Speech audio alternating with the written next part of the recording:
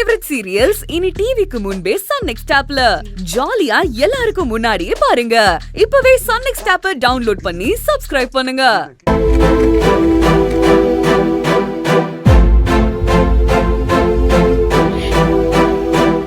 என்ன மன்னிச்சிரு அர்ஜுன். ஏய், என்னது இது? நான் உன் பணத்தை உன்னை கேட்காம எடுத்துட்டேன். ஏய், சத்யா, இட்ஸ் ஓகே. அதை எடுத்துட்டு போய் நல்லது தானே செஞ்ச. அது யாரா இருந்தாலும் பரவாயில்ல சத்யா. நீ ஒரு உயிரை காப்பாத்திருக்க. நீ என்ன பண்ணாலும் அதுல ஒரு அர்த்தம் இருக்கும். அப்போ என் மேல உனக்கு கோவம் இல்லையா? சச்சா, இல்ல, உன் மேல எனக்கு முழு நம்பிக்கை இருக்கு.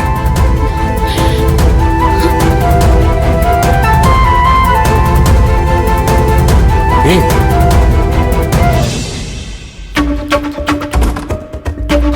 என் தேவி, உங்க அப்பா சென்னையில இருக்காரு. அவருக்கு ஹார்ட் அட்டாக் வந்துருச்சுன்னு சொல்றதுக்கு உனக்கு என்ன பயம்? நீ எனக்கு ஒரு போன் பண்ணியிருந்தா நான் வந்து என் மாமனாருக்காக அந்த படத்தை கட்டியிருக்க மாட்டேனா? அது ஏன் உனக்கு தோணல? நான் அவரை காப்பாத்தி இருந்திருப்பேன். என் மாமனாருக்கும் என் மேல இருந்த தப்பான அபிப்பிராயம் போயிருக்கும். என் மேல அவருக்கு நம்பிக்கையும் வந்திருக்கும். நம்ம குடும்பம் எல்லாம் ஒண்ணு சேர்ந்திருக்கும். இதெல்லாம் உனக்கு ஏன் தோணல தேவி?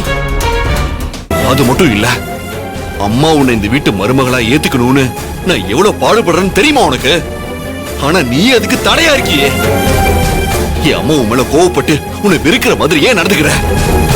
இதுக்கு மேல நான் உனக்கு எப்படி தேவி புரிய வைப்பேன்? ஐயோ, ஐயோ, ஏன் அபி? சத்யாவோட தங்கச்சி கிட்ட போய் தேவையில்லாம அவ நகையை வாங்கி அடகு வச்சு இவ்வளவு தில்லு முழு எதுக்கு தேவி? எனக்கு புரியுது, இது நீயா பண்ற வேலை இல்ல. உன்னால இப்படி எல்லாம் யோசிக்கவே முடியாது. அந்த சத்தியா இருக்கா பாரு, எல்லாம் தப்பு தப்பா செய்ய உனக்கு சொல்லி தரா. அதுக்காக தான் நான் சொன்னேன் அவ கூட சேராதன்னு.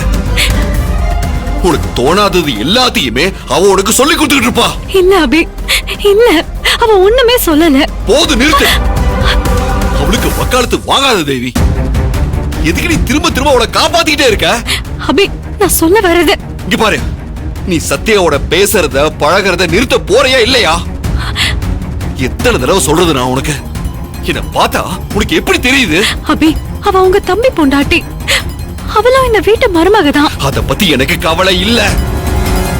அவளாலதான் நீ இப்ப நிறைய பொய் சொல்ல கத்துக்கிட்ட. என்ன மதிக்க மாட்டேங்கிற.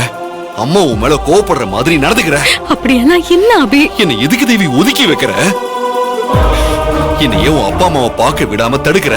நீ இப்படி எல்லாம் நடந்துக்கும் போது என் மனசு எவ்வளவு வலிக்குது தெரியுமா? உன்னை லவ் பண்ணதை தவிர வேற என்ன பாவம் பண்ண தேவி நானு? நான் எப்படி சொல்லுவேன், என்னன்னு சொல்லுவேன்? உங்களுக்கு எப்படி நான் புரிய வைப்பேன்னு தெரியலையே.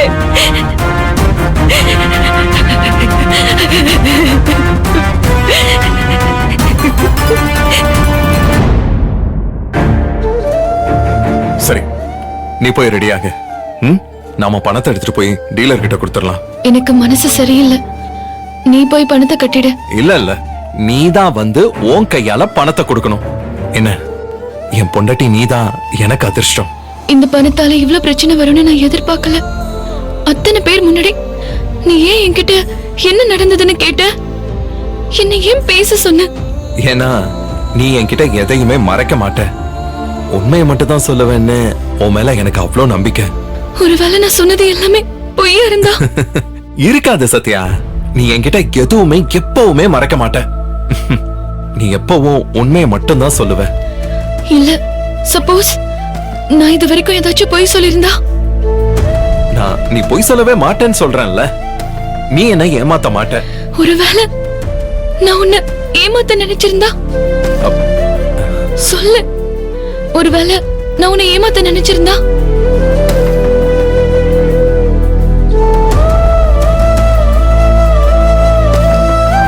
அப்படி நீ என்னை ஏமாத்தனா நான் செத்துருவேன்.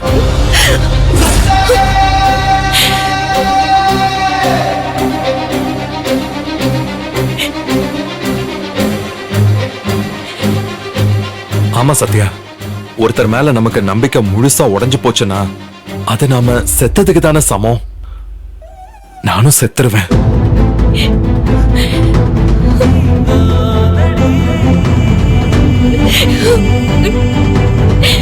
அப்படி சொல்லாத. அந்த வார்த்தையை வாபஸ் வாங்க. ஏன்? வாபஸ் வாங்க. நான் சொல்றது நிஜம். சத்யா, ஏய், நீ எப்பவும் அழக்கூடாது. இங்க பாரு, நடக்க போகாத ஒரு விஷயத்துக்கு எதுக்காக இவ்ளோ எமோஷன் ஆகுற? சத்யா, டைம் ஆகுது. கண்ணெல்லாம் தொடச்சிட்டு ரெடி ஆகு. நான் போய் ஃப்ரெஷ் அப் ஆயிட்டு வரேன். அப்புறம் நாம போய் பணத்தை கட்டிட்டு வந்துடலாம். ம்?